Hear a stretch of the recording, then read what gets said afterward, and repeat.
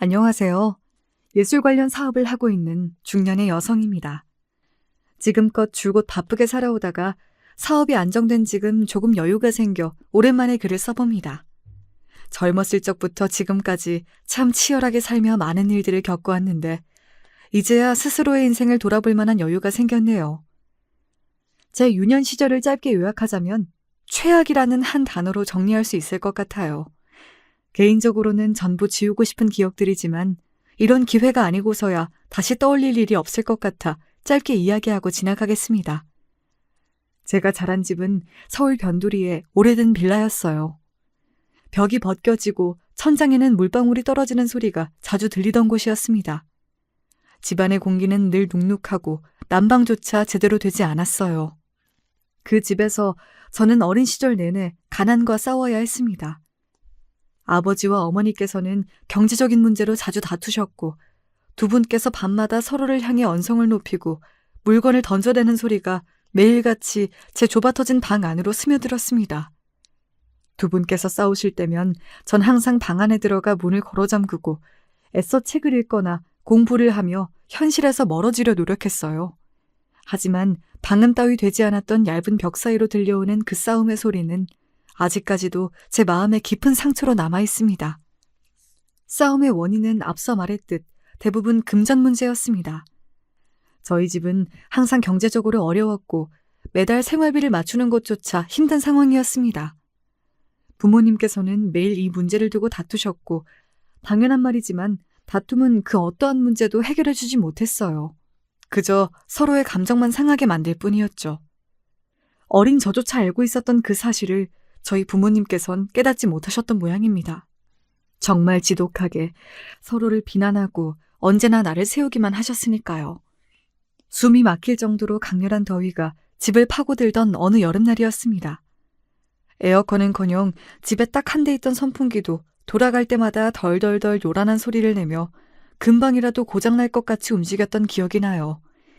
창문을 열어도 바람은 거의 없었고 더위에 지친 공기만이 집안을 가득 메우고 있었습니다. 학교에서 돌아온 저는 작은 방 안에서 땀을 뻘뻘 흘리며 누워 있었고 곧이어 어머니와 아버지의 싸움 소리가 거실에서 들려왔습니다. 그날의 싸움은 평소보다 더 격렬했어요. 아버지의 목소리는 거실 벽을 넘어올 정도로 쩌렁쩌렁 울렸고 뒤를 이어 어머니의 울음소리가 들려왔습니다. 평소 같았으면 금세 멎어들었을 소리가 한참이 지나도 끝나질 않았고 이러다 큰일이 나는 건 아닌가 싶었어요. 아버지께서는 화가 나시면 집안의 물건들을 아무렇게나 집어 던지셨고 어머니께서는 그런 아버지께 소리를 지르셨습니다. 울고 소리 지르고 물건들이 넘어지는 소리가 아직도 눈을 감으면 생생하게 들려와요. 제 방의 얇은 벽은 그 소리들을 막아주지 못했고 저는 도망칠 곳이 없었습니다. 그날 아버지께서는 어머니를 심하게 때리셨고 어머니는 결국 집을 나가셨어요. 저는 그날 이후로 지금껏 어머니를 다시 만나지 못했습니다. 솔직히 말하자면 그 당시를 회상하는 것 자체가 저에게는 그리 유쾌한 일이 아닙니다. 일부러 덮어두고 사는 기억들이기도 하고요. 어머니께서 집을 나가신 후로 아버지께서는 반쯤 정신이 나가셨던 것 같아요. 거의 매일을 술에 취해 사셨고 가끔은 제게 손찌검을 하시기도 하셨습니다. 그럴 때마다 너무나 고통스럽고 세상이 원망스러웠지만 제가 할 수 있었던 것은 그저 하루빨리 성인이 되어 이 지옥 같은 공간을 벗어나기를 바라는 일뿐이었어요. 성인이 된 저는 대학에 진학하지 않고 바로 취업을 했습니다. 운이 좋게도 고등학교 시절 저를 맡아주셨던 담임 선생님께서 제게 많은 도움을 주셨어요. 제가 처해 있던 상황과 어려운 집안 사정을 전부 알고 계셨던 담임 선생님께서는 제가 성인이 되자마자 집에서 독립해 나올 수 있도록 다방면으로 방법을 알아봐 주셨습니다. 그 과정에서 아버지와는 거의 의절하다시피 집을 떠났어요. 물론 저를 낳아주시고 성인이 될 때까지 길러주셨다는 것은 변함이 없는 사실이지만 저는 부모님께 그닥 깊은 애정도 감사함도 느끼지 못하고 있습니다. 더 직설적으로 말하자면 감사함을 느끼지 못하는 것을 넘어 원망하고 있어요. 물론 좋은 부모가 되는 것이 쉬운 일이 아님을 알고 있습니다. 누군가는 제게 낳아주고 길러준 것만으로도 부모님께 감사할 이유가 충분하다 말할 수도 있겠죠. 하지만 저는 그렇게 생각하지 않습니다. 낳아주고 길러줬다고 다 부모인가요? 부모가 부모다워야 부모라고 생각합니다.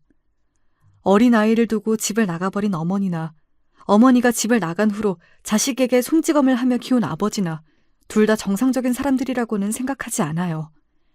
페류나라고 손가락질 하셔도 할 말 없습니다. 아무리 생각해도 제 상식선에서는 부모님의 행동이 이해가 가질 않아요. 중년의 나이가 되어 어느 정도 세상 돌아가는 이치를 깨달은 지금까지도요. 현실이 팍팍해서 삶이 힘들어서 그런 것들은 다 변명받게 되지 않습니다. 마음 같아서는 아버지와 완전히 인연을 끊고 모르는 사람처럼 살고 싶었지만 피는 물보다 진하다고 그리 쉬운 일이 아니더라고요. 의절하듯 집을 나와놓고 그래도 시간이 좀 지나니 살아는 있나 궁금한 마음이 들었습니다. 20살에 독립한 후로 저는 이 회사 저 회사를 옮겨다니며 허드렛 일을 하고 돈을 벌었어요. 딱히 경력에 도움이 되지도 않고 누가 알아주지도 않는 말 그대로 미래가 없는 일들이었습니다. 그렇게 하루 벌어 하루 먹고 살며 작은 단칸방에 살았어도 아버지와 함께 살 때보다 훨씬 마음이 편했어요. 평생 다시는 볼 일 없을 거라 생각했지만 처음으로 제대로 된 직장을 구하고 나니 아버지 생각이 났습니다. 그립다거나 이제라도 잘 지내보고 싶다거나 하는 생각들은 아니었어요. 그래도 하나뿐인 딸이 집을 나갔는데 아버지로서 아주 조금이라도 양심의 가책을 느끼고 있지는 않을까 하는 일말의 기대였습니다. 그러나 아버지는 제가 떠나기 전과 그리 다른 삶을 살고 있지 않았어요. 여전히 공장에서 일용직 노동자로 일하고 계셨고 매일같이 술에 쩔어 한심하기 짝이 없는 나날들을 보내고 있었습니다. 그 모습을 보니 확실히 알겠더군요. 더 이상 내 부모란 인간들에게 아무런 기대도 가져선 안 되겠다고. 그렇게 발걸음을 돌렸습니다. 그 뒤로 30에 가까운 나이까지 작은 회사에서 허드렛 일을 하며 지냈어요. 벌이도 시원찮고 딱히 적성에도 맞는 일은 아니었습니다. 하지만 그것 말고는 할 수 있는 일도 하고 싶은 일도 없었습니다. 애초에 20대 시절에는 돈을 더 많이 벌고 싶다, 성공하고 싶다는 생각이 딱히 없었던 것 같아요. 무엇을 해도 재미가 없고 의미가 없이 느껴졌습니다. 당시에 저는 태어났기에 살고 있다는 말이 딱 맞았던 것 같아요. 매일매일이 공허했고 삶에 대한 회의감으로 가득 차 있었어요. 회사에서 함께 일하는 동료들도 마찬가지였습니다. 그리 큰 규모의 회사도 아니었고 딱히 가족같이 서로 으쌰으쌰하며 풀어나가는 화목한 분위기도 아니었기에 그 공간은 온통 회색빛이었어요. 업무상 필요한 대화 외에는 일절 침묵만이 흘렀고 어느 누구도 열정적이고 적극적인 사람이 없었습니다. 만약 제가 그때 그 회사를 그만두지 않고 계속 그곳에서 근무했다면 지금의 저란 사람은 존재하지 않았을 거예요. 그렇게 매일매일 의미 없는 나날들을 보내던 어느 날 저는 우연히 회사에서 한 설문조사를 하게 되었습니다. 설문조사 내용은 간단했어요. 취미, 좋아하는 것, 관심 있는 분야 등 여가 생활에 대한 조사였던 걸로 기억해요. 다른 동료들은 별일 아니라는 듯이 슥슥 빈칸을 채우고 제출하는데 저는 그 서너 개의 빈칸을 채우는 것이 너무나도 막막하게 느껴졌습니다. 내가 좋아하는 것, 관심 있는 분야, 취미, 그 어느 것도 제대로 쓸 수 있는 것이 없었어요. 서둘러 제출해달라는 말에 아무렇게나 적어내고 자리로 돌아왔는데 이상한 기분이 들었습니다. 제 인생이 정말로 텅 비었다는 생각이 들었어요. 그저 한 마리의 파리처럼 언제든지 이 사회에서 사라져도 아무도 찾지 않을 의미 없는 생명이구나 하는 생각이었습니다. 통장에는 지금껏 받았던 월급이 차곡차곡 쌓여 있었어요. 단칸방 월세와 각종 공과금, 생활에 필요한 최소한의 식비 외에는 전혀 돈을 쓸 일이 없었습니다. 집에 돌아와 통장에 쌓여있는 돈을 멍하니 보고 있는데 문득 어린 시절의 기억이 났습니다. 아버지께서는 믹스커피를 좋아하셨어요. 식사를 하신 후에는 언제나 찬장 구석에서 믹스커피 한 포를 꺼내 뜨거운 물에 섞어 휘휘 저어 드시곤 하셨습니다. 어린 저는 그런 아버지께 저도 커피가 마셔보고 싶다고 졸랐고 아버지는 귀찮아하시며 손을 가로저으셨어요. 너같이 어린애는 마시는 게 아니라면서요. 결국 저는 아버지께서 집을 비우시던 날 혼자 의자를 끌어올라가 찬장에서 믹스커피를 꺼냈습니다. 그렇게 처음 마셔본 믹스커피의 맛은 오묘했어요. 달면서도 쌉싸름한 맛이 감돌았습니다. 3모금 정도 마시니 사라져버려 아쉬웠지만 한 포를 더 타먹었다가는 아버지께 들킬까봐 그러지 못했어요. 고등학생이 되고 나서 친구들과 어울려 다니며 아메리카노라는 커피에 대해 알게 되었습니다. 이전까지 커피라고는 믹스커피가 다라고 생각했던 제게 아메리카노라는 커피의 존재는 굉장히 충격적이고 신선하게 느껴졌어요. 친구들이 사주어 처음 먹어봤던 아메리카노는 고소한 향과는 다르게 몹시 쓴맛이었습니다. 한 모금 마시고 인상을 찡그리는 제게 친구들은 깔깔 웃으며 원래 커피는 쓴 거야 라고 말하더군요. 그 뒤로 저는 단 한 번도 제 돈을 주고 아메리카노를 사 마셔본 적이 없었습니다. 회사 탕비실에는 항상 싸구려 믹스커피가 잔뜩 꽂혀 있었어요. 어느 순간부터 저도 어린 시절 보았던 아버지의 모습처럼 식후에 항상 믹스커피를 찾게 되더라고요. 그런 저를 보며 부장은 나이도 어린 아가씨가 요즘 사람들처럼 카페를 안 가고 웬 믹스커피를 그렇게 마시냐며 신기해했어요. 그럴 때마다 저는 머쓱하게 익숙해서요 하고 답했던 기억이 납니다. 태어나 처음으로 제 돈을 주고 사 먹어본 아메리카노는 정말 썼어요. 지독하게 썼습니다. 매일같이 믹스커피에 길들여져 있던 입맛이라 그런지 한약을 먹는 것처럼 쓰게 느껴졌어요. 그렇지만 맛있었습니다. 그 쓴 것이 왜 그렇게 맛있게 느껴졌는지는 지금도 모르겠어요. 아마 그때 처음으로 내가 정말 어른이 되었구나 하는 생각을 했던 것 같습니다. 나이는 30에 가까워져 가고 있었지만 마음은 여전히 그때까지도 아버지와 함께 지내던 그 좁은 빌라에 머물고 있었던 것 같아요. 그렇게 저는 그 회사를 그만뒀습니다. 어찌 보면 한참 늦은 시작이었지만 저는 그제서야 인생을 제대로 살아보고 싶어졌어요. 내가 무엇을 좋아하는 사람인지, 어떤 일을 하며 살아가고 싶은지, 남들처럼 취미도 가지고 연애도 해보고 인생의 의미를 갖고 싶었어요. 스스로의 인생의 가치를 부여하고 싶어졌습니다. 어느 정도 모아놓은 돈이 있었기에 한동안은 여유가 있었어요. 1년여 정도 혼자 이곳저곳 여행도 다니고 사람들도 만나며 지내다 보니 참 많은 생각이 들었습니다. 첫 번째로 깨달은 것은 제가 생각보다 사람들과 어울리는 것을 좋아한다는 사실이었어요. 이전까지는 딱히 주변에 관심이 없어서 알지 못했지만 낯선 사람들에게 먼저 말을 걸거나 새로운 사람들과 가까워지는 일이 크게 어렵게 느껴지지 않았습니다. 두 번째로 깨달은 것은 제가 미술에 꽤나 관심이 많다는 사실이었습니다. 전시를 보러 다니거나 미술품을 구경하거나 직접 그림을 그리는 일이 즐거웠어요. 이런 것들은 저랑 사는 세계가 다른 부자들이나 즐기고 향유하는 것들이라 생각했는데 딱히 그런 것만도 아니더라고요. 길다면 길고 짧다면 짧은 시간이었지만 제게는 아주 소중하고 의미 있는 인생의 전환점이 되어주었고 그렇게 저는 휴가를 마치고 새로운 직장에 들어가게 되었습니다. 처음에는 미술과 관련된 직장을 구하고 싶었지만 아무런 경력도 학력도 없는 제가 전공자들이 넘쳐나는 세상에서 일자리를 구하기란 쉬운 일이 아니었어요. 게다가 젊은 나이도 아니었기에 사실상 저를 받아줄 만한 곳을 찾기가 하늘의 별 따기였습니다. 정말 운이 좋게도 여행 중 만났던 분의 소개로 지방 방송국의 작가로 일할 수 있게 되었어요. 말이 좋아 작가지 사실은 막내 작가라는 이름 하에 온갖 허드렛 일과 잡일을 맡아 하는 자벽부에 가까웠습니다. 이래서는 회사를 그만두기 전과 크게 다를 게 없지 않냐 하실 수도 있겠지만은 대우는 비슷할지 몰라도 제 마음가짐과 주변 사람들이 이전 직장과는 판이하게 달랐습니다.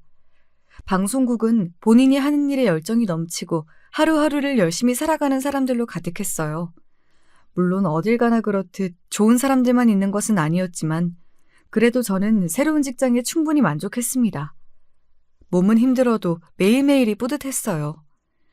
의견이 받아들여지는 일은 거의 없었지만 아이디어 회의에도 참여하고 제 발로 뛰어다니며 구한 소품들이 방송에서 쓰여지는 모습을 보면 그래도 제 역할을 다했다는 사실에 마음이 벅차올랐습니다. 그러다 만나게 된 것이 남편이었어요. 정확하게 말하자면 전 남편이죠. 결혼한 지 3년도 되지 않아 이혼을 했으니까요. 남편은 방송국에서 일하던 PD였습니다. PD들 중에서는 비교적 젊은 나이였어요. 저와 비슷한 또래였으니까요. 생긴 것도 나름대로 훤칠해서 인기도 많았습니다. 주변에서 너도 나도 여자를 소개시켜주겠다, 1등 신랑감이다 어쩐다 말이 많던 남자였습니다. 그런 남자와 가진 거 하나 없던 막내 작가가 연애를 한다니 완전히 신데렐라와 왕자님이 따로 없었어요. 솔직히 전 외모도 그리 잘난 편이 아니거든요. 남편은 제 긍정적인 성격과 밝은 태도가 보기 좋아 자연스레 관심이 갔다고 말했어요. 방송국에는 정말 상상 초월로 이상한 텃세를 부리는 사람들이 많았는데 저는 그런 사람들에게도 항상 웃는 낯으로 인사를 했습니다. 속이 없어서 그랬다기보다는 웃는 낯에 침 못 뱉는다고 계속해서 지치지 않고 친절하게 대하다 보면 저런 사람들도 날 인정해주지 않을까 하는 생각에서였어요. 물론 제 생각처럼 변한 사람들도 있었지만 끝까지 심술을 부리는 사람도 있었습니다. 시간이 좀 지나고 보니 저는 방송국 사람들 사이에서 꽤 유명해져 있었어요.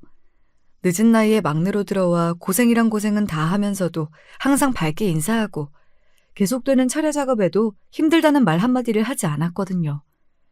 누가 보면 미련하다고 할 수도 있을 정도로 정말 열심히 했어요. 누가 알아주든 알아주지 않든 상관없었습니다.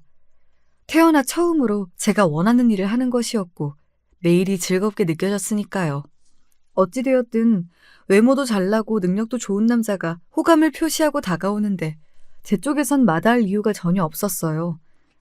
그렇게 저와 남편은 반년이라는 짧은 시간 동안 연애를 했고 남편이 먼저 결혼 이야기를 꺼냈어요. 배부른 소리긴 했지만 남편의 결혼 제안이 마냥 달갑게 느껴지지만은 않았습니다. 남편과 연애하며 가족관계나 제가 자라온 환경에 대한 이야기를 거의 꺼내지 않았었거든요. 결혼을 하려면 어쩔 수 없이 저에 대해 더 많은 것을 이야기하고 숨김없이 보여줘야 할 텐데 그런 것들이 망설여졌어요. 난 네가 어떤 사람이든 있는 그대로 받아들일 준비가 되어 있어. 그러니 걱정하지 말고 나한테 전부 편하게 말해줘도 돼. 남편은 그런 저를 안심시켜 주었고 저는 남편에게 제 과거 이야기를 숨김없이 털어놓았습니다. 어렸을 적 저와 아버지를 버리고 집을 떠난 어머니와 그 이후로 술에 중독되어 한심한 인생을 살았던 아버지, 삶의 의미를 느끼지 못했던 지난 시절과 스스로를 찾을 수 있었던 시간들까지. 남편은 이런 저와 다르게 경제적으로 풍요롭고 행복한 가정에서 자라난 사람이었어요. 시아버지는 사업을 하시는 분이었고 덕분에 외동아들이었던 남편은 어렸을 적부터 부족한 것 하나 없이 탄탄대로를 걸어왔다고 했습니다. 저와는 완전히 다른 세상의 사람이었어요. 솔직히 말하자면 부끄러웠습니다.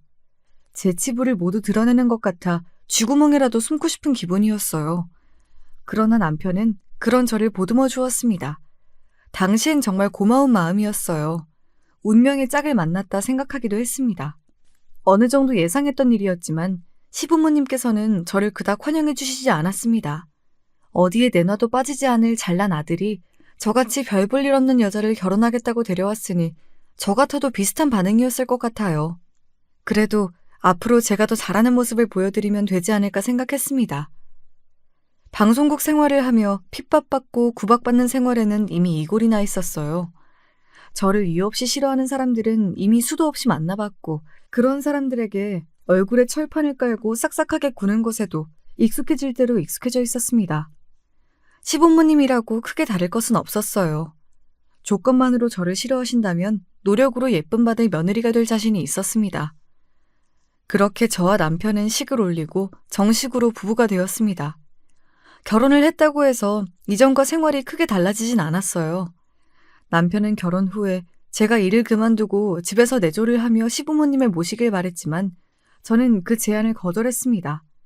이제야 막 내가 하고 싶은 것을 찾아 열심히 살아보기 시작했는데 집안에만 갇혀 살고 싶진 않았어요. 남편이 혼자 살고 있던 아파트에 제 짐을 챙겨 들어가 살림을 합쳤고 시댁은 남편의 집에서 꽤 먼 거리에 있었기에 생각보다 자주 찾아뵐 일이 없었습니다. 남편과 상의한 끝에 아이도 최대한 늦게 가지기로 했어요. 지금 와서 생각해보면 정말 잘한 일이었던 것 같습니다. 당시에는 일에 조금이라도 집중하고 싶은 마음에 그런 선택을 했었는데 평생의 짝이라고 생각했던 사람과 얼마 살지도 못하고 이혼했으니 둘 사이에 아이가 없는 것이 천만다행이죠. 그 즈음 저는 예술품과 관련된 예능 방송을 담당하게 되었어요. 처음으로 메인 작가로 맡게 된 프로그램이라 정말 열심히 뛰어다니며 준비했던 기억이 납니다. 프로그램의 주된 내용은 진품 명품과 비슷한 흐름이었어요. 아마 텔레비전에서 출처를 알 수 없는 물건을 가져와 그 물건의 가치를 평가받는 내용의 예능 프로그램을 다들 한 번쯤은 보셨던 적이 있을 겁니다. 프로그램을 준비하는 과정에서 전문가 섭외를 위해 유명한 예술품 수집가들을 많이 찾아뵙게 되었고 그러다 제 인생에 은인이나 다름없는 분을 만나게 되었습니다. 그분은 미국 뉴욕에서 경매장을 운영하시다 은퇴하시고 고향으로 돌아와 지내시던 노년의 남성분이었어요. 처음에는 프로그램에 참여할 생각이 없다며 딱 잘라 제안을 거절하셨지만 제가 몇 번이고 찾아가며 부탁드리니 결국 마지못해 긍정의 답을 내주셨습니다. 그 프로그램을 진행하며 저는 은사님과 자연스레 사이가 가까워졌어요. 예술품에 대한 안목이 정말 높으셨고 배울 점이 많은 분이었습니다. 그분을 따라 국내에서 진행되는 여러 예술품 경매에 다녀보기도 했어요. 원래부터 미술에 관심이 있었던 터라 정말 신기하고 즐거운 경험이었습니다. 처음에는 지식도 부족하고 경험도 없었기에 그저 경매가 어떻게 진행되는지를 따라가기에 급급했지만 어느 정도 시간이 지나자 자연스레 경매의 흐름이 눈에 보이기 시작했습니다. 경매에 참여한 사람들이 예술품의 가치를 어떻게 평가하는지, 예술품이 가지고 있는 역사와 그 작품이 전달하는 감정의 힘을 어떻게 판별하는지, 물론 그 모든 것들은 제 옆에서 제게 많은 조언을 주셨던 은사님이 있어서 가능했던 일이었어요. 은사님께서는 항상 예술품 경매는 단순히 물건을 사는 것이 아니라 그 작품에 숨겨진 가치를 이해하고 그 가치를 인정받을 수 있도록 돕는 일이다라는 말씀을 하셨습니다. 그러면서 제게 소질이 있어 보인다며 방송국 일을 그만두고 본격적으로 경매에 참여하여 예술품을 수집해보는 것이 어떻겠냐 물어오셨어요. 하지만 아주 작은 규모의 경매라도 기본적으로 예술품들은 모두 고가였습니다. 평범한 월급쟁이인 제가 그런 경매에 참여할 수 있을 만한 자본금을 가지고 있을 리 없었어요. 은사님 말씀대로 방송국 일을 그만두고 경매를 휩쓸고 다니며 돈을 쓸어 담는 제 모습을 상상해보기도 했습니다. 그러나 상상은 상상일 뿐이었어요.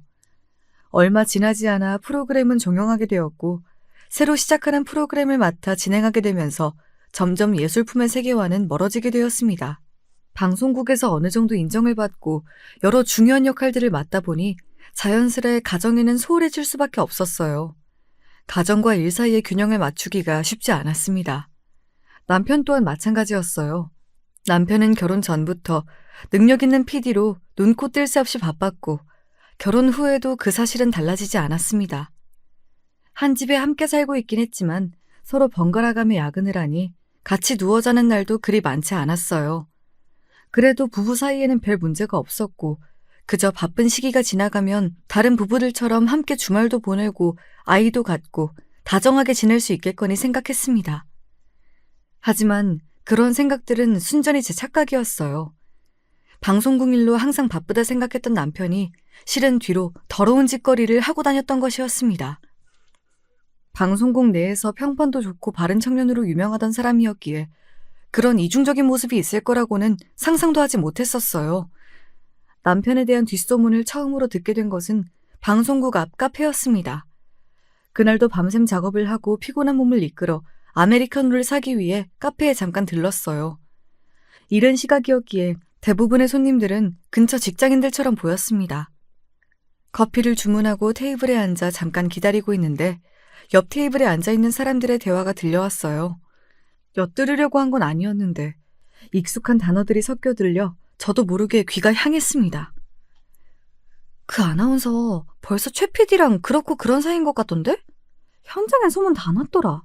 둘이 서로 바라보는 눈빛이 예사롭지가 않다고. 또 최 PD야? 나 참 이번이 벌써 몇 번째냐? 부인만 불쌍하게 됐지. 뭐가 불쌍해. 그 여자도 어차피 최 PD 얼굴이랑 돈 보고 결혼한 거 아니야? 차업차득이지 뭐. 방송국에 최시성을 가진 PD가 한두 명이 아니겠지만 순간 저 사람들이 말하는 최 PD가 내 남편일 것이다라는 확신이 들었습니다. 남편이 얼마 전부터 새벽 뉴스를 담당하기 시작했고 그 뉴스에 새로운 젊은 아나운서가 있다는 소식을 전해 들었거든요. 가슴이 쿵쿵 뛰기 시작했습니다. 행여나 그 사람들이 저를 알아볼까봐 얼굴을 가리고 급하게 카페를 빠져나왔어요. 그러고 보니 남편은 예전부터 미심쩍은 점이 많았습니다. 남편 정도면 저보다 더 예쁘고 조건 좋은 여자들을 만날 수 있었을 텐데 굳이 저한테 먼저 다가왔던 것, 이상하게 결혼을 서두르려 했던 것, 결혼 후에 저한테 일절 요구하는 것들이 없었다는 것. 정상적인 부부라면 부부 관계를 비롯해 마땅히 해야 할 일들이 있는데 남편은 연애 때부터 저한테 바라는 것이 없었어요. 왜 진작부터 이상하다는 걸 눈치채지 못했을까? 언제부터 바람을 폈던 걸까? 어쩌면 연애 시절부터 다른 여자들과 바람을 피고 있었던 건 아닐까? 좋지 않은 상상이 꼬리에 꼬리를 물고 이어졌습니다. 카페가 워낙 시끄러워 확실하게 들은 것은 아니었지만 그 사람들은 분명 이번이 벌써 몇 번째냐 등의 말을 했어요. 그 말인즉슨 남편의 바람이 이번이 처음이 아니라는 사실이었습니다. 하지만 그 사람들의 말만 듣고 남편의 바람을 확신할 수는 없었어요. 물론 미심적인 면이 많긴 했지만 더 확실한 증거가 필요했습니다. 남편은 새벽 뉴스를 맡기 시작했을 때부터 외박이 잦아졌어요. 새벽부터 방송국에 나가 준비를 해야 했기에 당연한 일이라고 여겼지만 그제서야 제가 너무 안일했다는 생각이 들었습니다. 그날도 남편은 방송국 대기실에서 밤을 새고 새벽 뉴스를 준비하겠다고 했어요. 애써 아무렇지 않은 척 알겠다 답하고 심야의 뉴스룸 대기실로 향했습니다. 남편이 정말 여기서 혼자 밤을 새는지 확인하고 싶은 마음이었어요. 대기실 불은 꺼져 있었고 문은 굳게 잠겨 있었습니다. 안에서는 인기척이 느껴지지 않는 듯 했어요. 정말 혼자 자고 있는 건가 싶어 잠시 앞을 서성이다가 돌아가려던 참이었어요. 복도 끝에서부터 또각거리는 구두 소리가 들려왔고 급하게 몸을 숨겼습니다. 복도에 나타난 사람은 다름 아닌 그 아나운서였어요. 처음에는 저 여자도 새벽 뉴스를 준비하기 위해 일찍부터 출근한 건가 싶었지만 굳게 닫혀있는 대기실 앞에 서더니 익숙한 손길로 열쇠를 꺼내 문을 열고 들어가더군요. 여자가 안으로 들어가고 조심스레 문 앞으로 다가가 귀를 가져다 댔어요.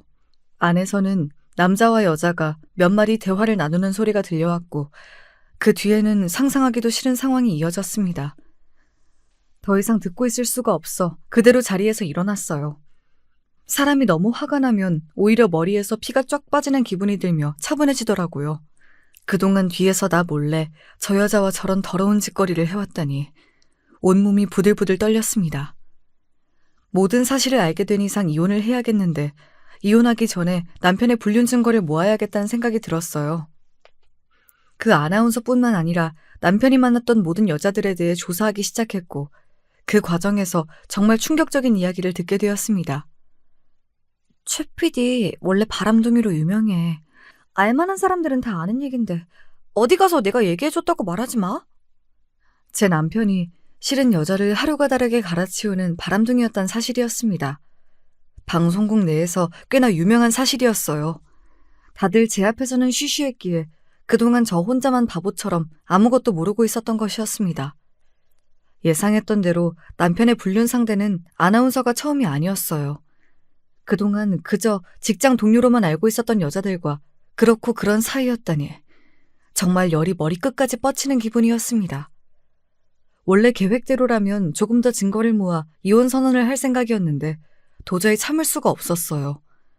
바로 남편에게 찾아가 그 여자와의 관계를 캐물으며 소리를 질렀습니다. 이미 다 알고 있었던 거 아니었어? 설마 진짜 몰랐던 거야? 눈치가 없다고는 생각했지만 생각보다 더하네. 그렇지 않아도 슬슬 얘기할 생각이었어.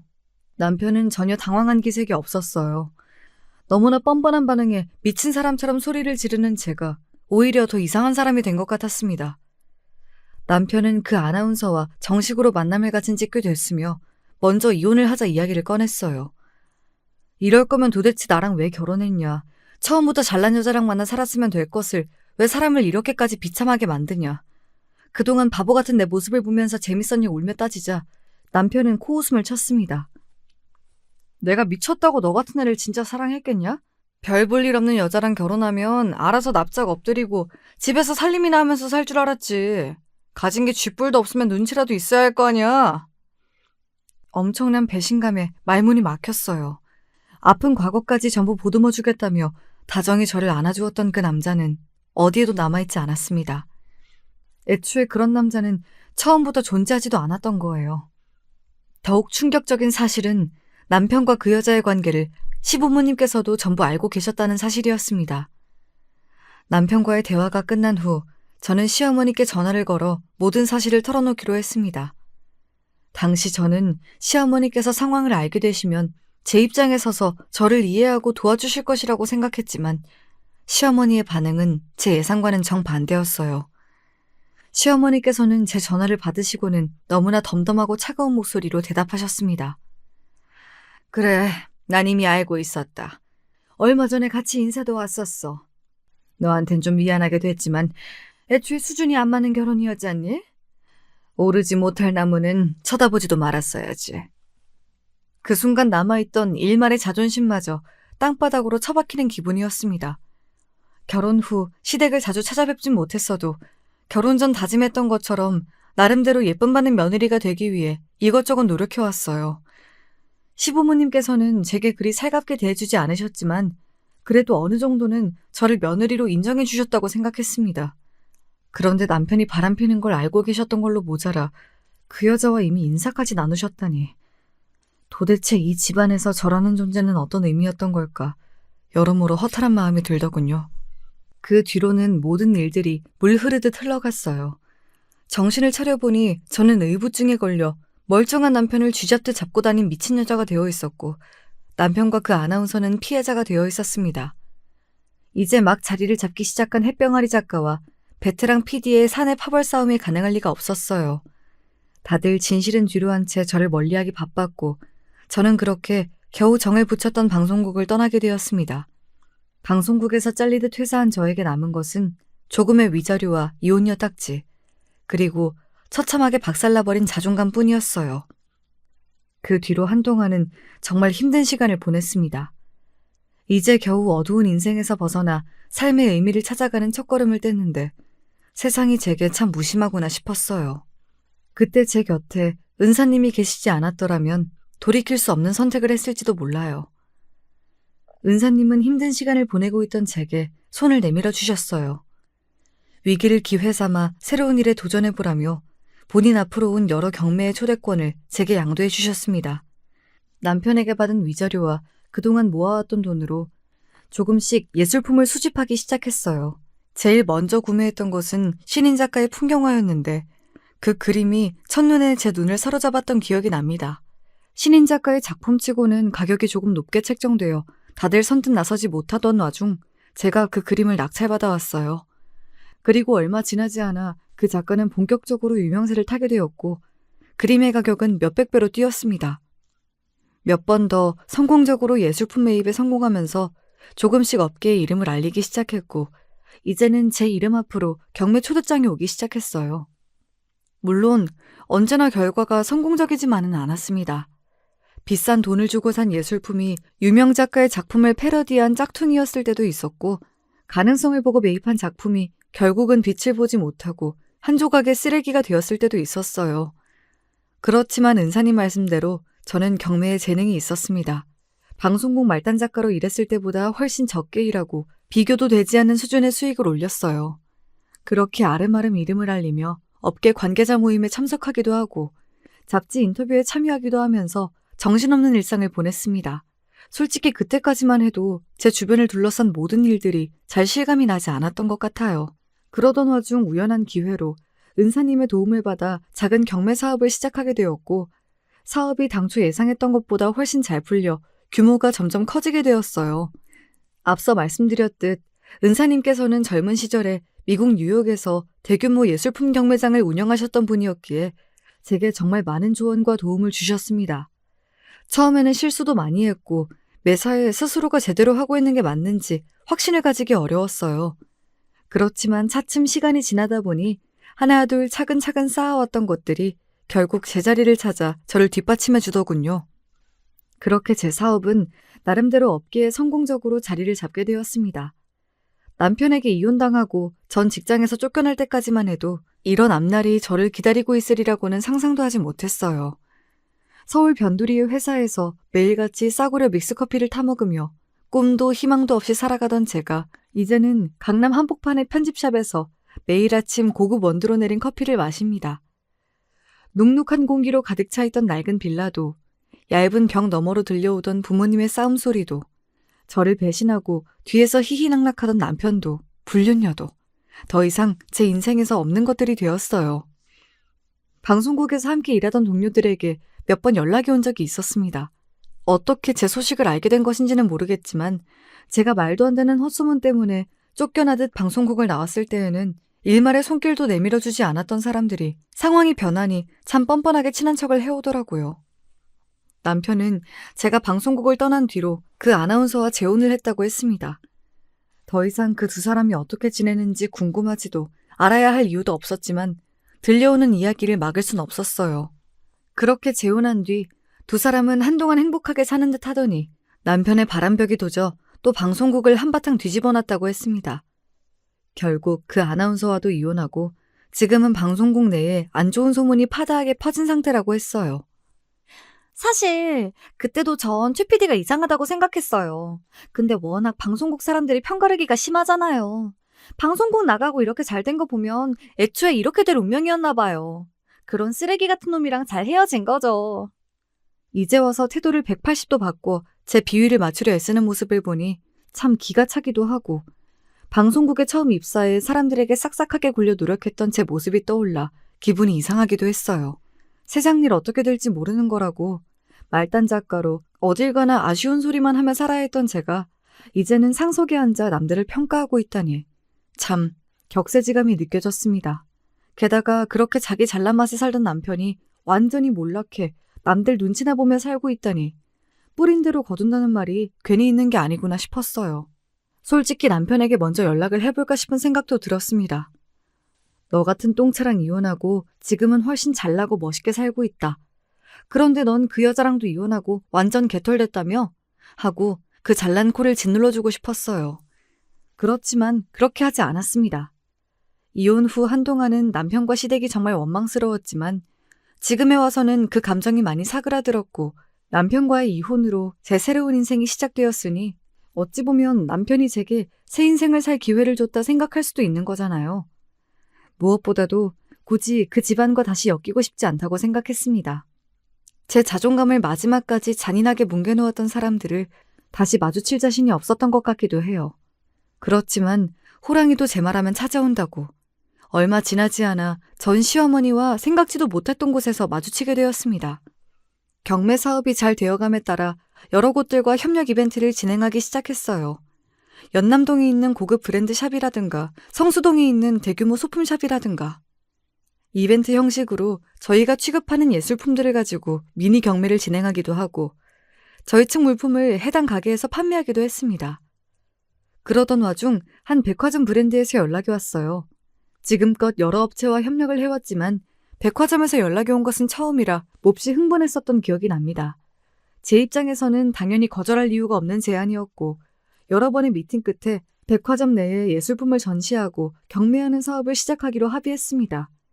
이 협정에 따라 저는 해당 백화점의 VIP 고객으로 대우받게 되었고 백화점 내에 저희 측의 예술품 경매 전시 공간을 마련할 수 있게 되었어요. 첫 전시회 및 경매는 몹시 성공적인 결과로 끝이 났고 그 뒤에도 정기적으로 경매 이벤트를 열게 되었습니다. 그동안 많은 공간에서 경매를 해봤지만 이런 고급 브랜드들이 즐비한 화려한 백화점에 제 사업이 당당히 발을 들이게 되다니 정말 뿌듯했어요. 시어머니와 마주쳤던 그날도 저는 경매 준비에 한창이었습니다.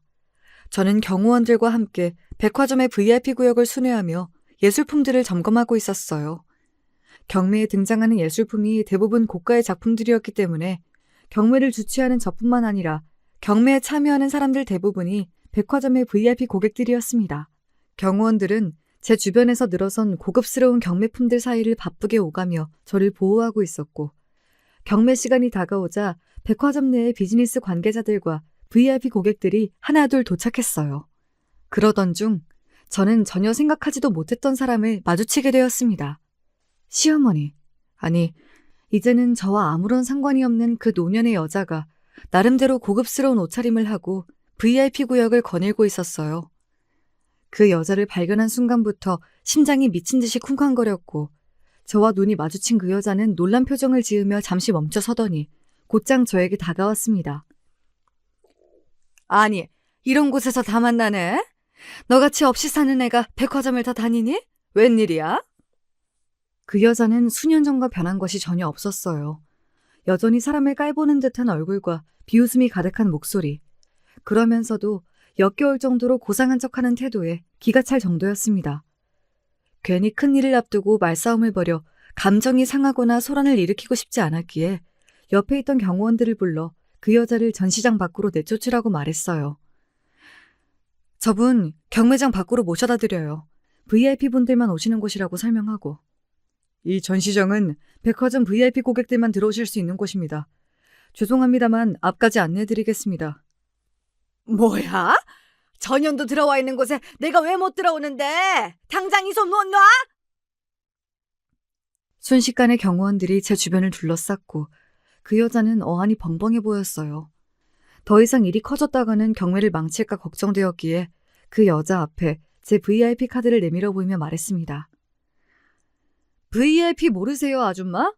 여긴 당신같이 수준 낮은 사람들이 함부로 드나드는 곳이 아니라고요. 나가요. 교양 없이 소란 피우지 말고. 오르지 못할 나무는 쳐다보지도 말란 말 아시죠? 그 여자는 소리를 꽥꽥 지르며 경호원들의 손에 이끌려 밖으로 끌려나갔고 그 후로 경매 이벤트는 다행히도 별 문제 없이 무사히 진행되었습니다. 솔직히 말해서 그날의 경매가 어떻게 진행되었는지 제대로 기억이 나질 않아요. 경매 내내 머릿속에는 통쾌함만이 가득했거든요. 첫 만남부터 결혼 생활 내내 없이 자랐다 모자라다 잘난 거 하나 없는 애라며 저를 끊임없이 구박하고 쌀쌀맞게 굴었던 시부모님의 모습이 떠올랐습니다. 남편의 바람 사실을 알고 연락을 드렸을 때 너무나도 당연하다는 듯이 뻔뻔한 목소리로 남편을 옹호하며 제 자존심을 무참히 짓밟아 놓았던 기억이 산산조각나 부서지는 기분이었어요. 그날 저녁 남편에게서 연락이 왔습니다. 이혼 후 처음으로 걸려온 전화였어요. 받을까 말까 잠시 고민하다 죄 지은 것도 없는데 내가 왜 이런 고민을 해야 하나 싶어 전화를 받았습니다. 남편은 도대체 어떻게 된 일이냐, 네가 왜 백화점 VIP고 경호원들을 거느리고 다니냐며 소리를 고래고래 지르는데 참 사람이 그렇게 우스워 보일 수가 없더라고요. 방송국 PD라는 사람이 이렇게 소식이 느려서 어떡해. 아, 요즘 방송국에서 완전히 평판이 밑바닥이라 말 섞을 사람도 없다면서? 그래서 그런가? 나 사업하잖아. 너한텐 그래도 좀 고마운 마음이야. 너 같은 똥차 버리고 새 인생 살게 해줘서. 혹시나 해서 말인데 앞으로 다시는 연락하는 일 없었으면 좋겠다. 미안한 말이지만 내가 너랑 수준이 좀 안 맞잖아. 너네 엄마한테도 잘 전해주고.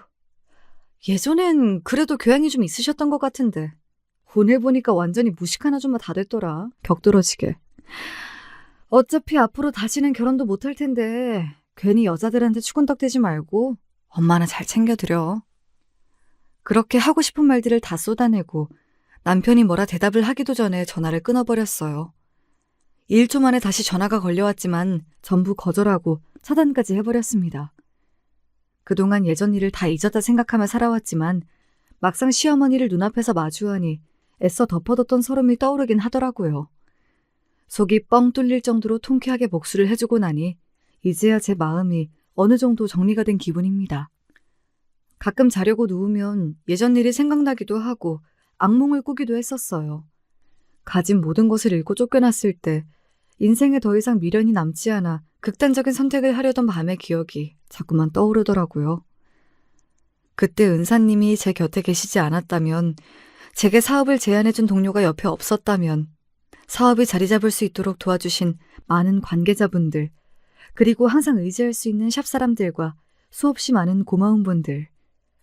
세상엔 전 남편같이 쓰레기 같은 인간들도 있지만 좋은 사람들도 정말 많다는 것을 사업을 하며 느꼈어요. 이제 더 이상 과거의 일에 매여 있지 않고 앞만 보며 나아가려고 합니다. 이렇게 어렸을 적부터 제가 살아온 이야기를 쭉 적어내리다 보니 저 스스로도 참 느끼는 게 많네요. 애써 묻어뒀던 기억들도, 절대 잊지 않겠다 다짐하고 살아왔던 기억들도 결국엔 시간에 의해 흐려지고 스쳐 지나가고 이런 기회를 통해 다시 되새김질한 것 같아 나름대로 의미가 있었던 것 같습니다. 아마 앞으로 제 인생에 다시는 가족이라는 존재가 생기진 않을 것 같아요. 이제와 친어머니를 찾을 생각도 없고 아버지와 살갑게 지내고 싶은 마음도 없습니다. 새로운 남자를 만나 결혼하는 것도 마찬가지예요. 물론 좋은 사람을 만나 행복한 가정을 꾸릴 수 있다면 참 좋겠지만 그런 사람을 찾기 위해 노력하고 싶은 생각이 딱히 없거든요. 가족 없이도 지금은 제 사업만으로도 충분히 바쁘고 충만한 나날들을 보내고 있습니다. 노년이 되어 후회할 수도 있겠지만 적어도 지금은 그래요. 다 아물었다 생각하지만 아직 저도 모르는 상처가 가슴 깊은 곳에 남아있는 탓일 수도 있겠죠. 대신 제 주변의 고마운 분들을 가족처럼 생각하며 언제나 베푸는 삶을 살아가고 싶습니다. 별것도 아닌 저를 믿어주고 끝까지 지지해주신 분들, 그리고 특히 저를 경매의 세계로 이끌어주시고 적응할 수 있도록 도와주신 은사님, 너무나 감사한 마음뿐입니다. 사람 인생이라는 게 참 신기한 것 같아요. 서울 변두리의 낡은 빌라에서 태어나 가정폭력을 당하며 자라온 제가 지금은 이런 젊은 나이에 나름대로 성공한 사업가가 되어 있다니.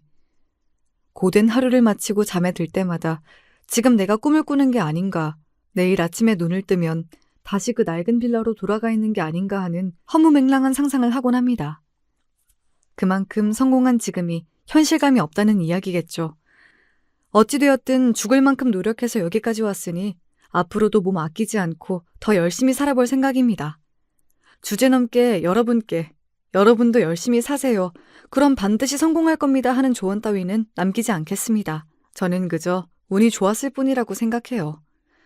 물론 스스로가 열심히 노력한 탓도 있겠습니다마는 적절한 시기 그리고 주변에서 저를 도와주셨던 분들 덕분에 이 자리까지 올라온 것이겠지요. 하늘은 스스로 돕는 자를 돕는다. 은사님께서 항상 하셨던 말씀이고 지금까지도 제 모토로 삼고 있는 말이에요. 저 스스로뿐만 아니라 제 주변 사람들도 살뜰하게 잘 챙기며 서로 돕고 살아가고 싶습니다. 감사합니다.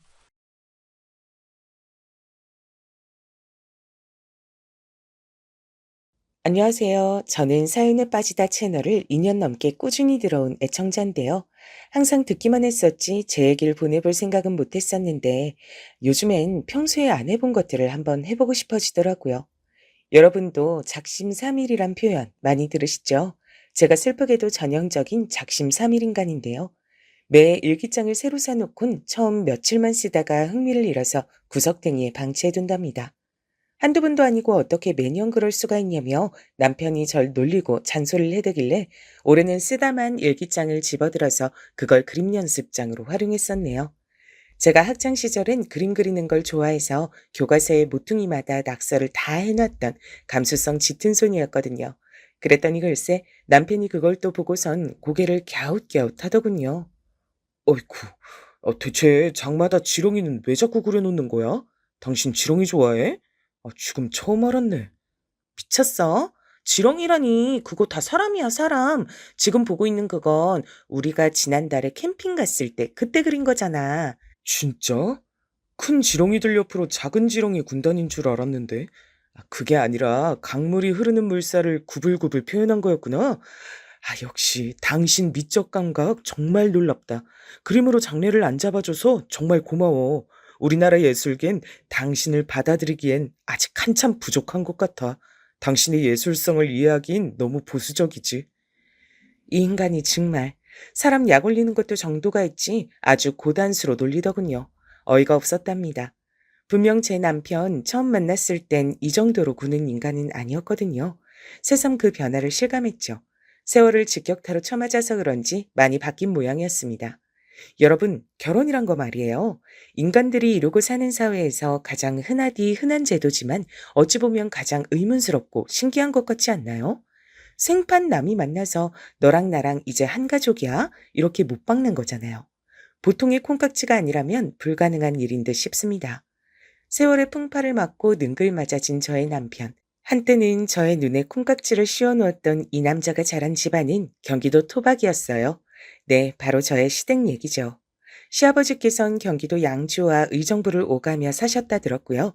시어머니께선 경기도 광주에서 태어나신 이후로 시집을 가실 때까지 한 번도 지역을 벗어나 보신 적이 없다고 했습니다.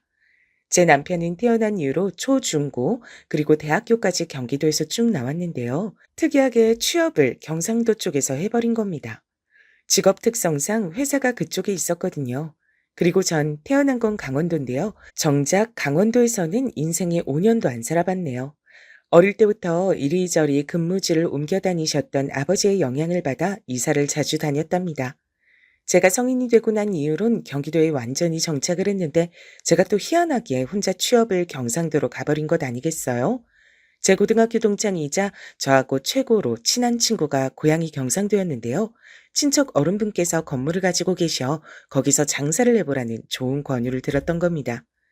요즘은 개인 카페 차리는 게 유행을 넘어선 포화 상태라죠.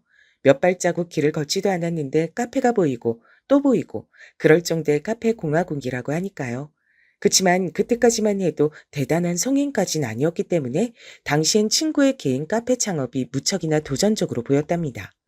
그 친구는 묵묵하고 성실하고 대쪽 같고 정말 다 좋은데요. 나긋나긋하다거나 넉살이 좋다거나 하지 않다는 단점이 있습니다. 그래서 제가 도움을 주기 위해 그 친구의 간절한 부탁을 받고 그 카페에서 일을 하게 된 거였어요. 그러다 타지에서 외로이 일하던 남편을 손님으로 만나게 됐고요. 결혼하고 나선 남편이 다니는 회사 근처에 아담한 아파트 신혼집을 얻고 재미나게 지냈죠. 양가의 결혼 허락은 문제없이 잘 받았었고요. 당시의 시댁 상황을 얘기해보잔 말이지요. 이때 아주버님께서 연하에다가 무려 직업이 의사이신 분과 진지하게 교제 중이셨기 때문에 저희 부부의 결혼 문제는 결코 커다란 건수라고 할 수 없었답니다. 주목을 덜 받아서 편하게 결혼 생활을 할 수 있었다고나 할까요? 남편이 워낙 성격이 독립적이고 알아서 하는 유형이었기 때문에 사실 시댁에서 반대니 허락이니 자시고 말고 할 것도 없었을 것 같지만요. 시댁의 3남매 중에 첫째가 시숙, 둘째가 남편이고 셋째가 시누이인데요. 이 시기에 시누이가 자기 멋대로 대학교 자퇴를 해버리는 바람에 시댁이 발칵 뒤집어지기도 했었어요. 그래서 여러모로 저희 부부는 결혼을 슬쩍 조용히 해낼 수 있었던 듯 싶네요. 아, 참.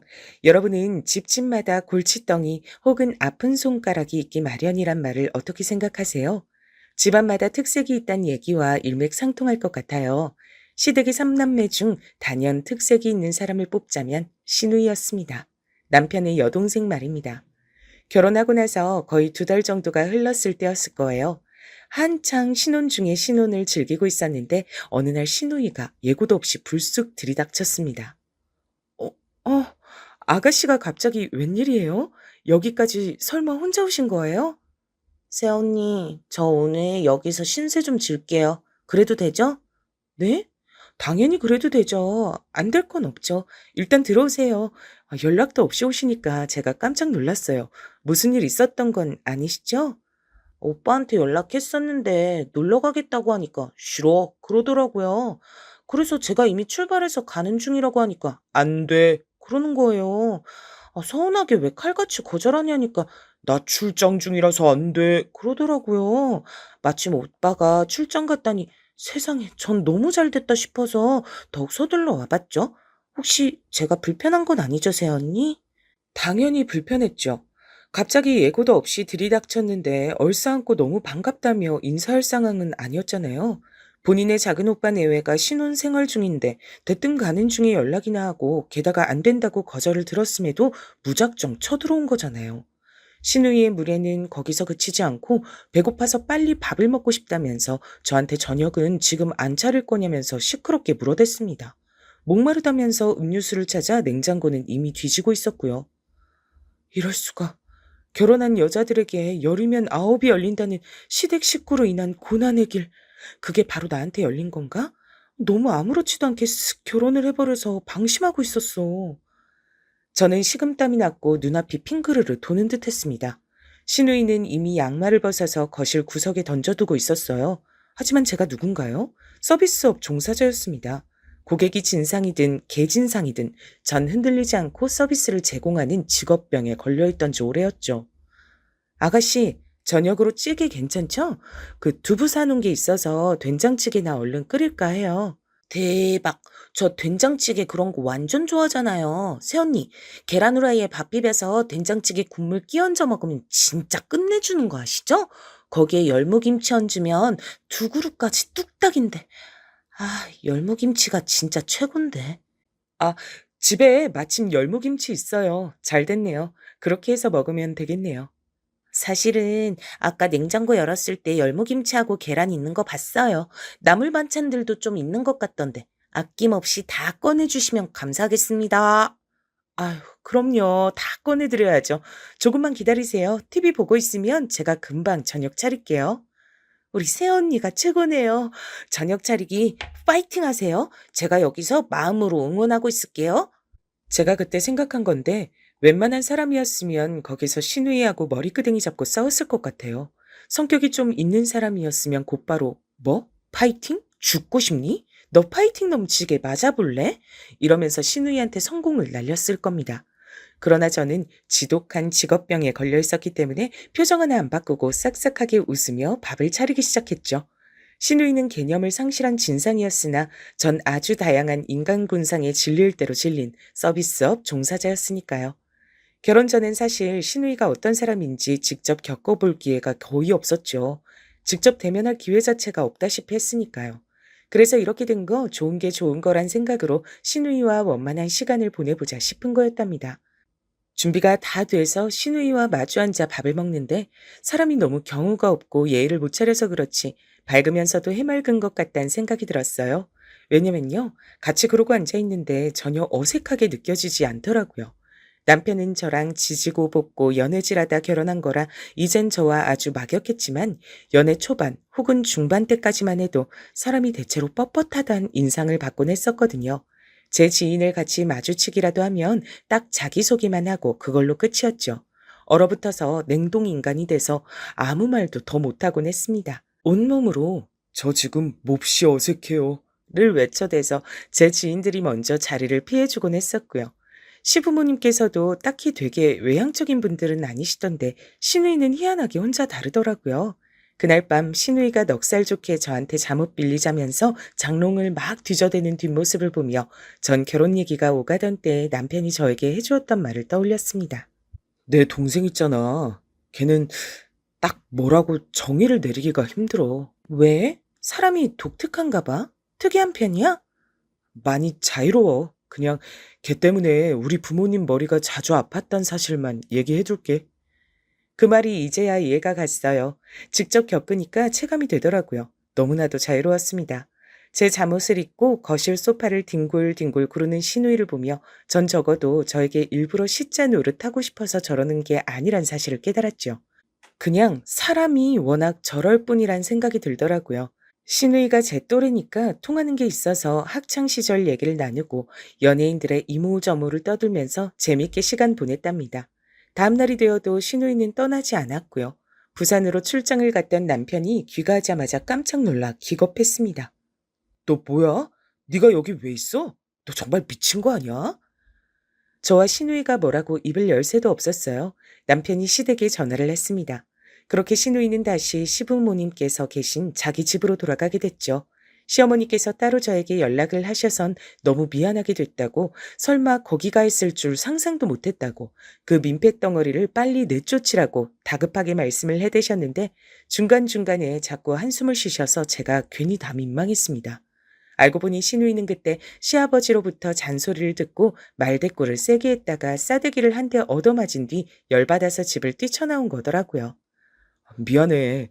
나도 내 동생이 워낙 가지가지하는 녀석인 줄은 알았어도 이렇게 무대뽀일 줄은 몰랐다. 아니야. 당신이 왜 사과를 해? 따지고 보면 아가씨가 하루 자고 가는데도 당신한텐 고지고대로 말을 안 전한 내 잘못도 있는 거지.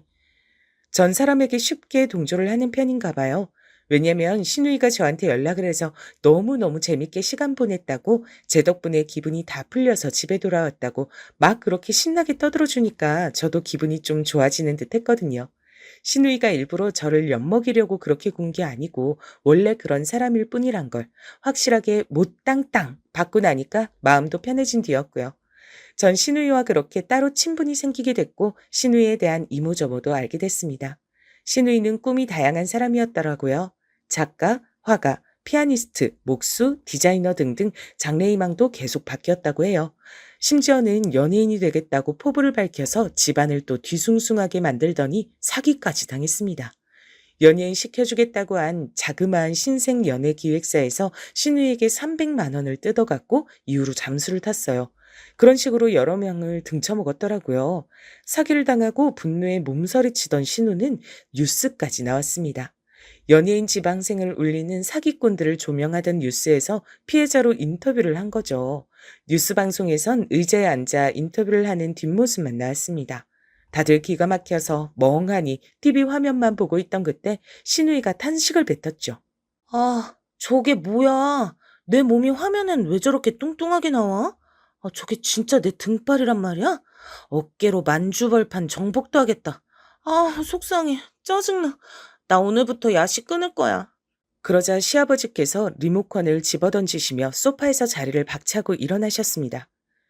지랄하고 자빠졌다. 딸 자식 하나 잘못 둔 것 때문에 아주 미쳐버리겠네. 담배를 찾아들고 집 밖으로 나가버리셨죠. 그리고 퉁명스레 입술을 삐죽거리는 시누이를 보는 시어머니의 눈빛은 착잡함 그 자체였습니다. 시어머니께서 동네 분들하고 종종 모임을 가지시는 편이었어요. 나이가 들어갈수록 모임에서 다들 무슨 얘기를 하겠나요? 죄다 자식 얘기들 뿐인 거죠. 시어머니께선 모임에서 딸 얘기만 나와도 심정이 쿵쾅쿵쾅 뛴다고 하셨습니다. 남들은 나이가 먹어갈수록 역시 딸이 효녀라는 걸 느낀다며 다들 뿌듯해하는데 왜 우리 집만 이러냐면서 시어머니께선 골치 아파하셨어요. 한창 애들 자랄 땐 둘째가 너무 자기 멋대로 구는 것 같아서 아들이 너무 저렇게 고집스러우면 나중에 부모 속을 엄청나게 썩일까봐 걱정이었는데 우리 둘째가 무난하게 자기 자리 찾아서 일도 하고 결혼도 후딱 잘해버리고 얼마나 대견한 줄 몰라. 다행이고 고맙지.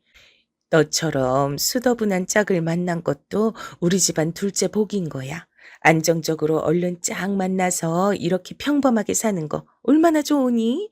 평범하기도 쉽지 않은 법이다. 내가 살아보니까 그래. 이런 말씀을 저에게 주셨을 때 전 왠지 민망해서 그저 웃었던 것 같아요. 시어머니께선 원체 말수가 많은 스타일이 아니셨고 제가 느끼기론 상황을 관망하시는 스타일이신 듯 했습니다. 이런저런 주절거림을 늘어놓으시는 분은 아닌데 그날따라 저에게 말씀을 그렇게 해주셔서 제가 내심 놀랐던 거예요. 일상을 지내다 보면 불현듯 속 안에 담긴 얘기 보따리를 끄집어내고 싶을 때가 종종 있는데 시어머니께선 그날이 바로 그런 날이었던 건가 봐요. 시댁 삼남매의 어릴 적이라도 잠시 들을 수 있었답니다. 시댁이 아주 예전에, 그러니까 남편이 초등학교에 입학하기 직전쯤에 돈을 날렸었다네요. 그래서 시부모님께서 그때 말로 표현할 수 없을 만큼 마음고생을 심하게 하셨고 형편도 무척 어려웠다고 합니다. 밥 지어 먹을 쌀이 없어서 오죽하면 도토리 주워다가 그거 삶아서 빻고 밥으로 대신 해 먹었을까. 어느 날은 내가 애들한테 도토리 많이 주워오라고 보냈는데 해가 다 질 때까지 집에 안 돌아온 거야. 울면서 온 동네방네 다 뒤지면서 다니고 목이 터져라고 얘들아 어딨니 외치면서 동네 사람 몇 명하고 같이 어두컴컴한 산을 올랐었단다. 심장이 철렁 내려앉는 그런 일이 있었는데 알고 보니까 시누이가 하도 호기심이 많아서 도토리 줍는 구역을 벗어나 사방팔방을 다닌 것도 모자라 넘어져서 다치기까지 하는 바람에 삼남매의 귀가가 늦어졌던 거라고 했습니다. 시숙께서 시누이를 등에 업은 채로 남편이 도토리 자루를 질질 끈 채로 그렇게 삼남매가 동네 어귀에 들어섰을 때 시어머니를 포함한 모든 동네 어른들이 가슴을 쓸어내렸다고 하더군요. 애들을 아주 눈물 쏙 빠지게 혼냈는데 그러고 나서 한가득 주워 담아온 도토리를 보니까 어찌나 미안해지던지. 부모가 시키는 대로 잘하는 자식들이었어. 특히나 우리 둘째 말이야. 자기한테 주어진 게 있으면 그것만 보고 돌진해서 꼭 해내는 녀석이었지. 반면 우리 첫째는 장남이라 그런가 자기가 혼자 나이가 좀 있어 그런가 뒷짐지고 동생들한테 지시하고 부려먹는 걸 즐기던 녀석이었던 것 같아. 어릴 땐 그랬지. 지나고 나니까 전부 추억이네. 맡은 게 있으면 외골수처럼 그것만 하는 남편의 모습이 뭔지 잘 알 것 같았습니다. 회사에서도 꼭 그렇게 근무를 하고 있었으니까요. 어릴 때 그대로 자란 모양이었어요. 근데 시숙께서는 첫째라 그런가 살짝 젠체하는 사람이었다고 하잖아요. 이런 부분 때문에 시누이하고 자라면서 은근히 부딪혔던 모양입니다. 그게 처음엔 장난식으로 마찰이 일었는데 점점 진지해진 것 같았어요. 시누이가 워낙 활발하고 까불거렸다고 하니까요. 진지한 성격의 아주버님을 놀리며 살살 긁어댄 듯 싶더군요. 여자들도 그렇지만 특히 남자들이 사춘기를 지나면서 이성의 눈을 뜨고 멋지게 보이고 싶어하고 폼도 잡고 막 그렇게 되잖아요. 멋진 걸 동경하고요. 시숙께서도 그런 시기가 있었는데 그럴 때 시누이가 많이 놀렸다네요. 그런데 시숙께서는 어린 막내가 장난치듯 놀려대니까 그 앞에 두고 정색을 하며 화를 내기엔 자존심이 상하니까 이를 악물며 모른 척 하셨던 거죠. 그러나 시누이는 짓궂어서 계속 놀려댔고요. 그 유명한 오빠는 풍각쟁이야 노래 아시죠? 그걸 개사해서 밖에서 시숙을 볼 때마다 오빠는 말미잘이야 이렇게 노래를 크게 불러댔던 겁니다. 한창 여학생들에게 잘 보이고 싶던 나이, 어린 여동생 때문에 항상 친구들 앞에서 개망신을 당했던 시숙의 속이 부글부글 끓고 있었죠. 그런 여파가 남아서인지 어째선지 하여간에 나이가 들고선 두 사람이 괜히 안 친했고요. 그래서 신우이가 시숙보다 제 남편을 더 편하게 생각했습니다. 진지하게 무게 잡는 성격 때문에 본의 아니게 놀림을 실컷 받고 지내셨던 시숙께선 결혼을 좀 늦게 하신 편이었는데요. 이런 경우에 써도 되는진 모르겠으나 가히 대기만성이라고 할 만했습니다. 무려 의사 형님과 결혼에 골인을 해내셨으니까요. 시댁에서 언뜻 듣기로는 시숙께서 자기 처가에 간도 쓸개도 다 빼줄 것처럼 구셨다나 뭐라나 그러셨다던데 충분히 그러실만 했다 봅니다. 의사니까요. 대한민국에서 사자 직업은 의미라든지 대우가 남다르잖아요. 아니, 이건 전 세계의 다른 어느 나라를 가도 마찬가지일 정도죠. 무려 의사이신 형님께선 원래 같은 의사인 결혼 상대가 따로 있었는데 안 좋은 일로 파혼을 겪으신 후 시숙을 만나셨고 결혼까지 하신 걸로 알고 있습니다. 이런 걸 보면 전부 다 자기 짝은 따로 있는 건가 봐요. 관련돼서 조금 재밌는 비화가 있던데 다름 아니라 시숙의 동창 중 한 분도 의사와 결혼을 하셨다고 하던데요. 그때 시숙을 향해 크게 자랑을 하셨던 거예요.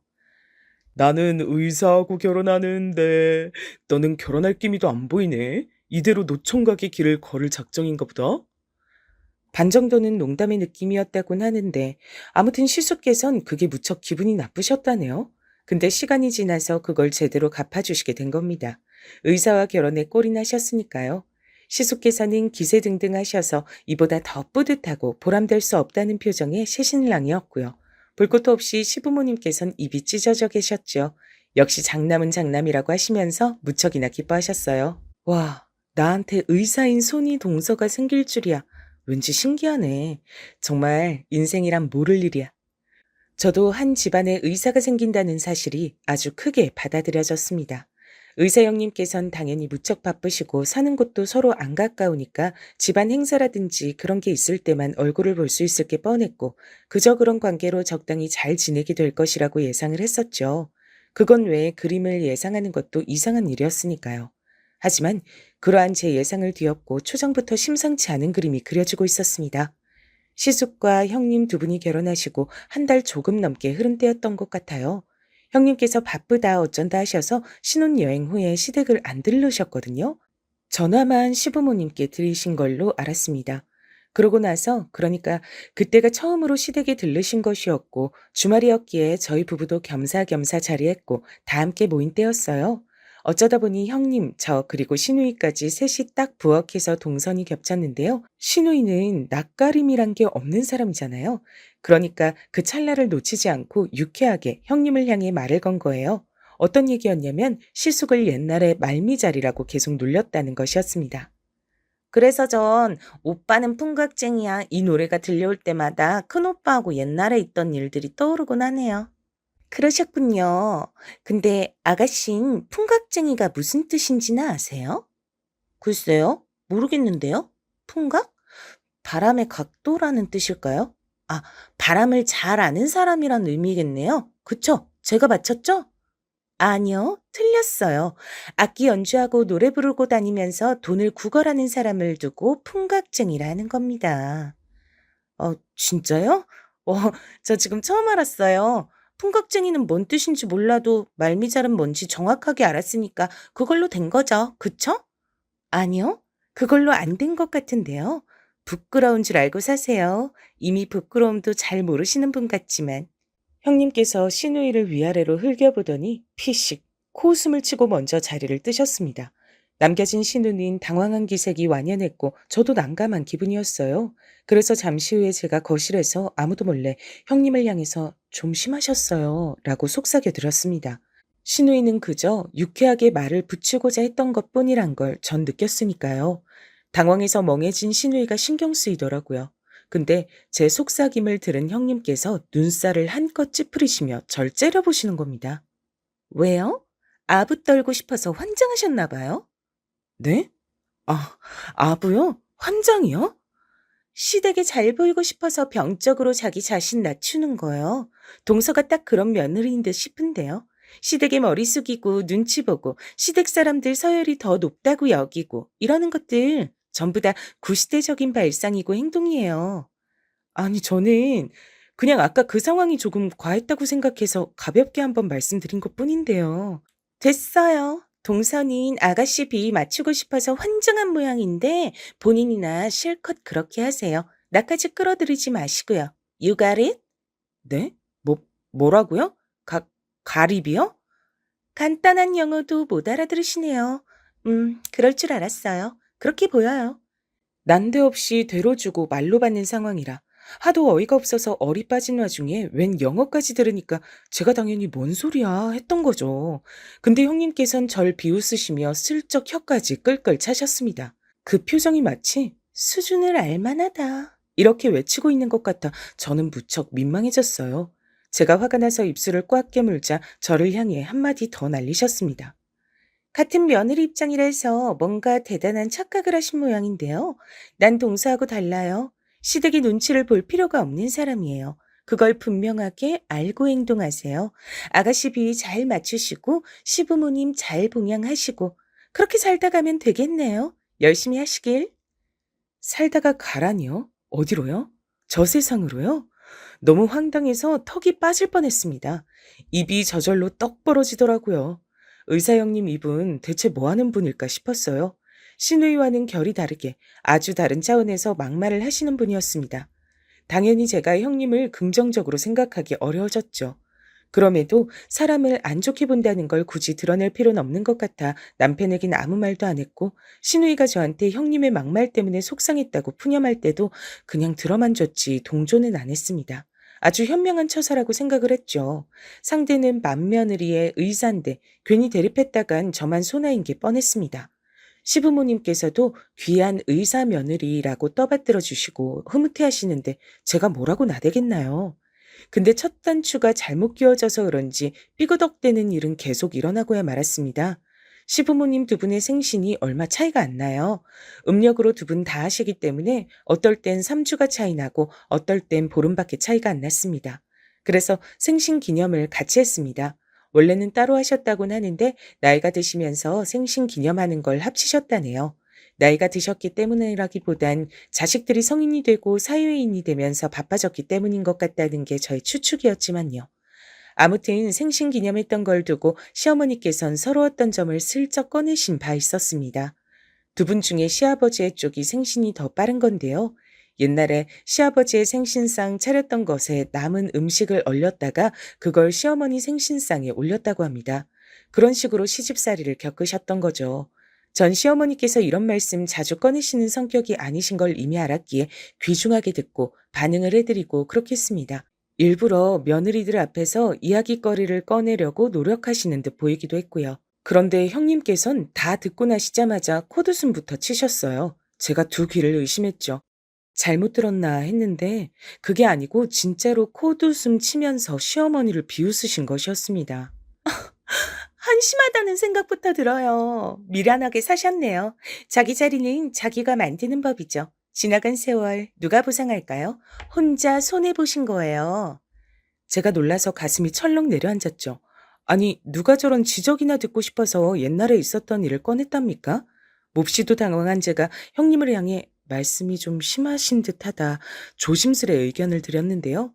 형님께선 저를 향해 같지 않다는 눈빛을 쏘아주셨어요.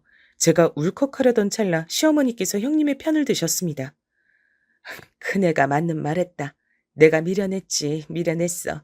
시댁에 대들면 세상이 무너지는 줄 알았거든. 그러면 크게 잘못하는 것이라고만 생각했어. 그렇지만 나도 나름의 이유가 더 있었단다.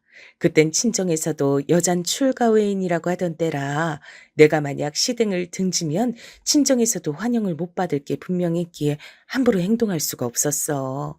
어머님, 전제 자체를 잘못 가셨어요. 시댁과 친정, 꼭 어디 한쪽에 기대야 하셨었나요? 혼자선 못 사셨나요? 되게 의존적으로만 생각하고 사셨던 것 같네요. 아, 일단 아가씨는 확실히 외탁을 안 하셨네요. 어머님과는 다르게 곱비 풀린 망아지가 따로 없으니까요. 아가씨는 혼자 사막에 떨어져도 잘 살아남을 것 같아요. 근데 아버님하고도 성향이 다르던데. 아가씨는 집안에서 혼자 독보적인 듯 싶습니다. 여러 의미로요. 여기서 갑자기 시누이 흉까지 본다고요? 제가 또 울컥했는데 시어머니께선 또 형님의 의견이 맞다고 해주셨어요. 그러면서 저에게 되려 동서지간에 사이좋게 지내라고 하셨습니다. 제가 손아래 사람이니까 어쨌든 더 잘하라고 하시더군요. 서비스업 종사자의 최대 단점이자 장점은 잘못했다고 스스로 생각하지 않아도 손님에게 정중하게 사과하는 것이 습관적으로 박혀있다는 것입니다. 그래서 전 시어머니를 향해 군소리 않고 네, 알겠습니다. 이렇게 공손하게 말씀드렸죠. 대신 잠시 후에 형님과 시댁의 베란다에서 따로 설전 아닌 설전을 벌였습니다. 너무 직설적으로 말씀하시는 거 아니에요? 듣기에 살짝 불편했네요, 형님. 동서는 배알도 없나 봐? 어머님이 괜찮다고 하시는데 동서가 왜 나서서 자발적으로 시댁의 종년 노릇을 하려고 들지? 나 진짜 이해가 안 되네. 이런 식으로 본인의 지능이 낮다는 걸 티를 내도 되는 건가? 내가 민망해지니까 부디 그러지 말았으면 해요. 뭐라고요? 제가 형님보다 대학을 못 나왔다고 지능 운운하시는 거예요? 아니, 대학 간판만 따지는 건 요즘 세상에 좀 촌스러운 것 같고, 동서, 대학 다니는 동안에 성적 장학금 탄 적 있어요? 장학금까진 아니고 성적은 항상 잘 나오긴 했는데요. 없단 거네요. I got it. 그럴 줄 알았어요. 그렇게 보이거든요. 참나, I got it은 무슨 아가리를 다물리고 싶었네요. 형님께서 크게 피식 저를 비웃고 자를 뜨셨고 전 그날 집에 와서까지 내내 멍하게 있다가 자려고 누워서 뒤늦게 분노가 끌어올라 진짜 미치는 줄 알았습니다. 이불에 발차기를 뻥뻥 해대니까 남편이 화들짝 놀라더군요. 그럼에도 발차기를 멈출 수가 없었어요. 억울하다, 억울해. 학교 다닐 때 공부 좀 죽도록 해볼걸. 내가 의사 해볼걸. 결국은 속이 터질 것 같아서 제가 그런 혼잣말을 뱉었을 때 뭔가 눈치를 차린 건지 남편이 옆에서 씁쓸하게 웃으며 고개를 저었습니다. 그러더니 아주 진지한 말투로 형님 쪽이 저보다 집안도 훨씬 잘 사는 편이니까 어차피 상대가 안 됐을 거라 하더군요. 그걸 지금 위로라고 해주는 건가 싶어서 제가 얼마나 부하가 치밀었던지 몰라요. 남자들은 이래서 안 된다고 세심하지 못하다고 남편에게 잔소리를 날렸으나 사실 전 그때 속으로 그 말이 맞긴 하다 이렇게 수긍하며 세상이 참으로 불공평하다는 생각을 하고 있었답니다. 형님께서 기고만장하시고 할 말 다 하고 사시는 이유 본인 스스로가 너무나도 잘났고 당당하기 때문이었으니까요. 그해 시부모님 생신 때 어쩌다 보니 나가서 먹는 걸 안 하고 시댁에서 간단히 먹는 걸로 정해졌는데요. 말이 간단이지 절대 간단할 리 없었습니다. 생신상이었으니까요. 거의 제가 혼자 다 했어요. 시누이는 솔직히 너무 도움이 안 돼서 그릇 나르는 거나 하도록 두었고요. 새언니 너무 고생하신다. 이따가 뒷정리는 제가 다 할게요. 그래도 말이나 그렇게 해주니까 속으로 엄청 고맙더군요. 고매하신 의사 형님께선 그날도 주말인데 뭐가 그렇게 공사다망한지 바쁘다고 하셔서 늦게 오셨어요. 준비에는 한참 늦으셨지만 식사에는 딱 맞춘 그런 시각이었죠. 부부는 일심동체라는 걸 증명하시듯 먼저 따로 일찍 와 계시지 않고 형님과 함께 등장하신 시숙께선 연예인들이 연말 시상식에서나 입을 것 같은 차림새를 하고 계셨습니다. 형님께선 바지 정장에다 화려한 스카프를 포인트로 두르신 채였죠. 그런 두 사람을 발견한 시누이가 입모양으로 헐 이러니까 시아버지께서 난색을 표하셨고 시어머니께서 얼른 말씀을 꺼내셨습니다. 어머, 둘이 아주 멋지구나. 어디 근사한 곳에 갈 것만 같아 보이네. 이 정도도 안 입고 살면 너무 후줄근하고 추레한 인생 아닐까요? 이런 거에 놀라고 유난 떠는 거, 그런 촌스러운 사람들이야말로 헐이라고 생각합니다. 그러자 형님께선 시누이 쪽을 눈짓하며 대답하셨어요. 누가 봐도 시누이를 흉보는 것이었죠. 분위기가 이상해지겠다 싶어 제가 얼른 음식 거의 다 차렸으니까 다들 앉으시라며 밝게 말을 했어요. 시아버지의 차를 손보러 밖에 나가 있던 남편도 돌아와서 화기애애하게 웃으며 자리를 냈고요. 저는 애써 준비한 생신상이 노력한 만큼 차려진 것 같아 뿌듯하게 수저를 들었습니다. 시아버지께서 음식을 드시며 고개를 끄덕끄덕 하실 때마다 제 얼굴엔 미소가 그려졌고요. 근데 형님께서 갑자기 제 쪽을 향해 고개를 가까이 하시더니 이렇게 말씀하시는 거 아니겠어요? 동서, 국이 살짝 간간하긴 하다. 아, 그런가요? 전 잘 모르겠는데 제 입맛이 짠 걸까요? 많이는 아니고 살짝 짜단 거니까 너무 의기소침해할 필요는 없고 앞으로 국 끓일 때 조금 주의만 기울이면 되겠어. 동서가 시댁의 부엌댁이니까 앞으로 성장하길 바래. 그래야 나도 시댁 올 때마다 더 괜찮은 음식을 먹을 수 있을 테니까. 동서, 요리할 때 조금씩 덜 짜게 하는 거 연습하기? You got it? 그놈의 짧은 영어가 왜 그렇게 듣기 싫던지요. 그냥 한국말로 알았지? 라고 하면 될 것 굳이 그렇게 영어로 해야 할까 싶었어요. 게다가 저보고 시댁의 부엌댁이라니요. 기분이 확 상했는데 시부모님 생신상 앞에서 소란을 일으키고 싶진 않았습니다. 참고로 형님 빼곤 다들 짜다는 얘기 일절없이 국을 너무나도 잘 먹었답니다. 제가 남몰래 꾹 인내한 덕택에 생신상 자리는 아무 문제 없이 끝날 수 있었어요. 식사를 마친 시부모님 두 분도 무척 좋아 보이셨고요. 근데 문제는 그 이후에 일어났습니다. 뒷정리 설거지를 하겠다고 저에게 미리 말했던 사람이 있었죠? 신우이 말이에요. 화장실 간 줄 알았는데 그게 아니길래 신우이의 방으로 가봤습니다. 그랬더니 거기서 형님과 말다툼을 벌이고 있었지 뭔가요? 제발 나대지 마세요. 너무 짜증나서 제 주먹이 울거든요. 저는 세상 천지에 며느리가 시댁 아가씨한테 이렇게 구는 경우가 있다는 얘기는 못 들어봤어요. 이래서 시자는 안 돼. 그리고 이렇게 무식하면 안 돼. 상대하는 게 시간 낭비일 정도네. 뭐라고요? 저기요, 말 좀 가려서 하시죠? 너야말로 가려서 하렴. 한 집안 식구로 엮여서 나 같은 사람에게 아가씨 소리도 들어보는 거야. 아니었음 넌 국물도 없었어. 밖에서 만났어 봐. 너 같은 구제불능? 감히 나하고 친분을 만들 수조차 없지. 내 앞에서 눈 깔고 나를 똑바로 쳐다보지도 못했을 거야. 와, 정말 대단하시네요. 뭐가 그렇게 잘나서 그렇게 오만하게 구세요? 너 같은 무식증이보단 뭐든 잘났지. 다 잘났어. 난 집안도 괜찮고 초중고 12년 학창 시절 내내 전교 5등 밖으로 밀려나 본 적 없었어.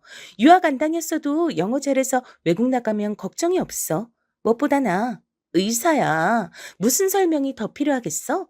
그에 반해선 넌 뭐가 잘났니? 응? 넌 잘난 게 뭐가 있을지 어디 한번 드러나 보자. 세상에나, 이게 다 무슨 일인지 깜짝 놀란 제가 어안이 벙벙해졌죠.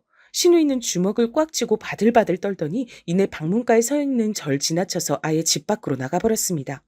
왠지 신우이가 울 것 같았어요. 그래서 전 얼른 남편에게 가서 귓속말로 신우이가 속상한 일로 나갔으니까 따라가 보라고 했어요. 남편이 눈치껏 조용히 겉옷을 챙기더니 나갔고요. 형님께선 저를 향해 비틀린 미소를 지어주신 후 거실 소파 한켠에 도도하게 다리를 꼬고 앉으셨습니다. 제가 어이가 없어서 가만히 쳐다봤더니 왜? 라고 입모양을 보내오시더군요.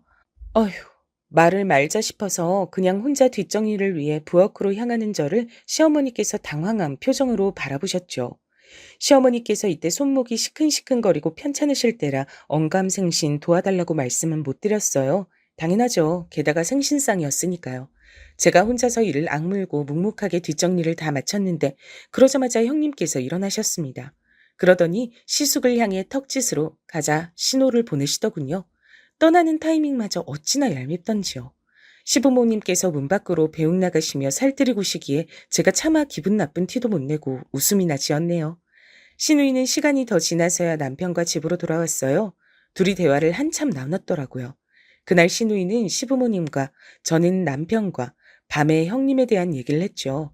근데 정말 분했던 점 한 가지가 상대가 잘나긴 잘났으니 어쩔 수 없다로 자꾸만 얘기의 결론이 난단 것이었습니다.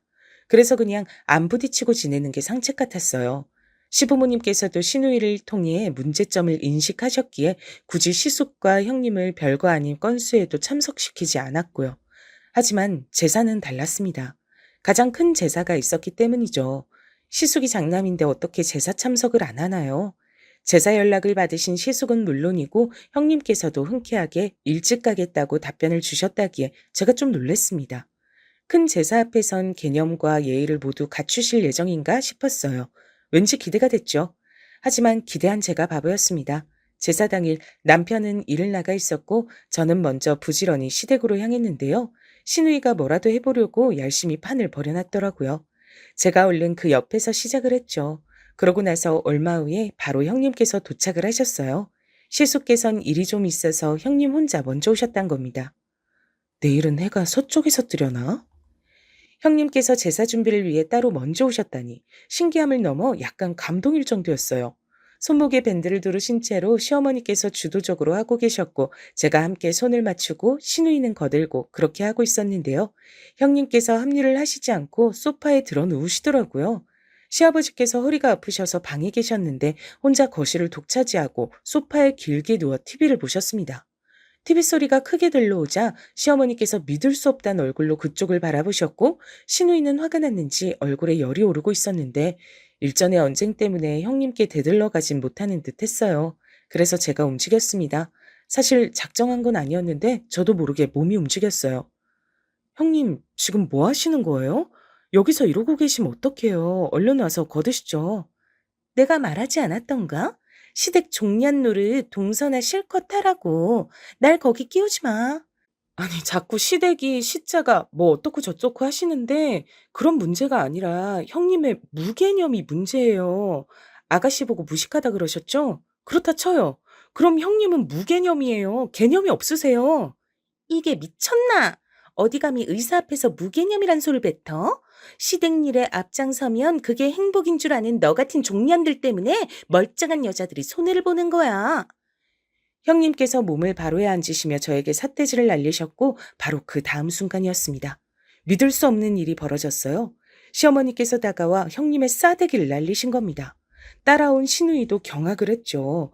다른 분도 아니고 시어머니께서 이러신다는 게 믿어지질 않았어요. 형님께서도 실감이 안 나는지 맞은 뺨을 부여잡고 멍하니 시어머니를 올려다봤습니다. 지금 저를 때리신 건가요? 저를요? 어머님께서 귀하게 여기시는 바로 저 의사 며느리를요? 의사고 검사고 간에 다 필요 없다. 네가 하나부터 열까지 시어미보다 월등한 며느리라 여겨서 내가 그간 숙이고 참아왔다. 근데 괜히 왜 그랬나 싶구나. 장남 체면 살려주려고 맏며느리 기 살려주려고 그런 것들 다 필요 없는 것이었어. 어머님이 저한테 이러시면 안 되죠. 의사 며느리 이르셔도 상관없으세요? 자꾸 의사 운운하지 마라. 네가 의사인지 아님 자기가 의사인 줄 아는 정신병자인지 슬슬 헷갈리기 시작했으니까. 건방지고 무례한 것도 정도가 있지. 나도 내 딸이 너보다 못한 건 알아. 그래도 내 눈엔 이 세상 최고로 이쁜 딸이고 어떤 사고를 치고 말썽을 피우든 내 새끼야. 그런 내 새끼를 네가 뭔데 우습게 여기고 욕을 하니?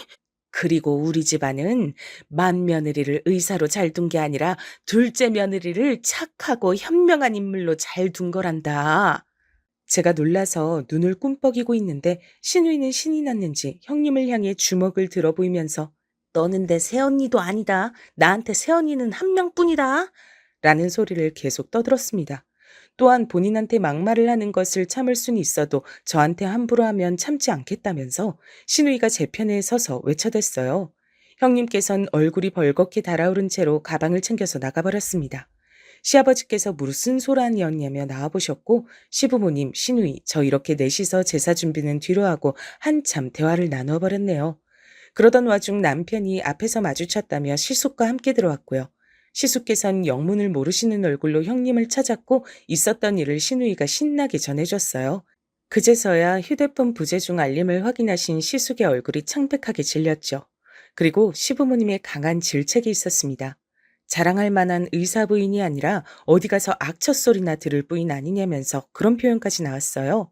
시숙께선 입을 꾹 다물고 고개를 떨구신 채로 질책을 다 들으셨고요. 어수선한 분위기 속에서 늦은 시각에 어영부영 제사상을 차렸는데 그래도 문제없이 진행됐다는 게 신기하네요.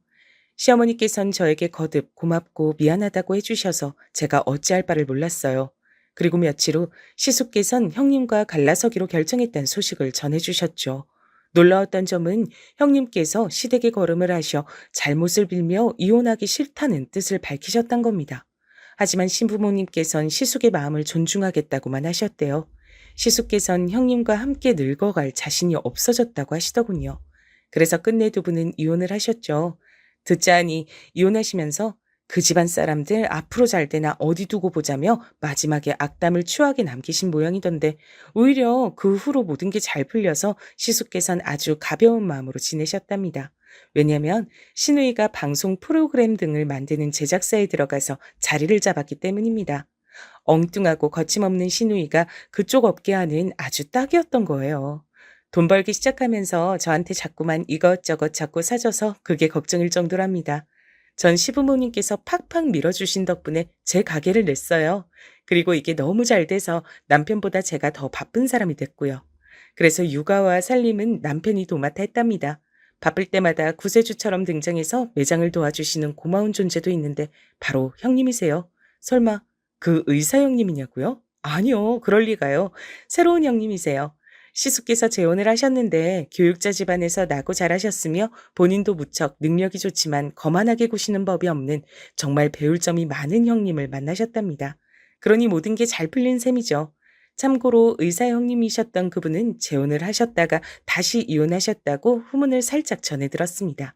이걸 그분의 화법대로 표현을 해드리자면 또 이혼? 알만하네. 왠지 그럴 것처럼 보이더라. 정도가 될 것 같죠? 지금까지 들어주셔서 감사해요. 간에 평안하시길 바랄게요.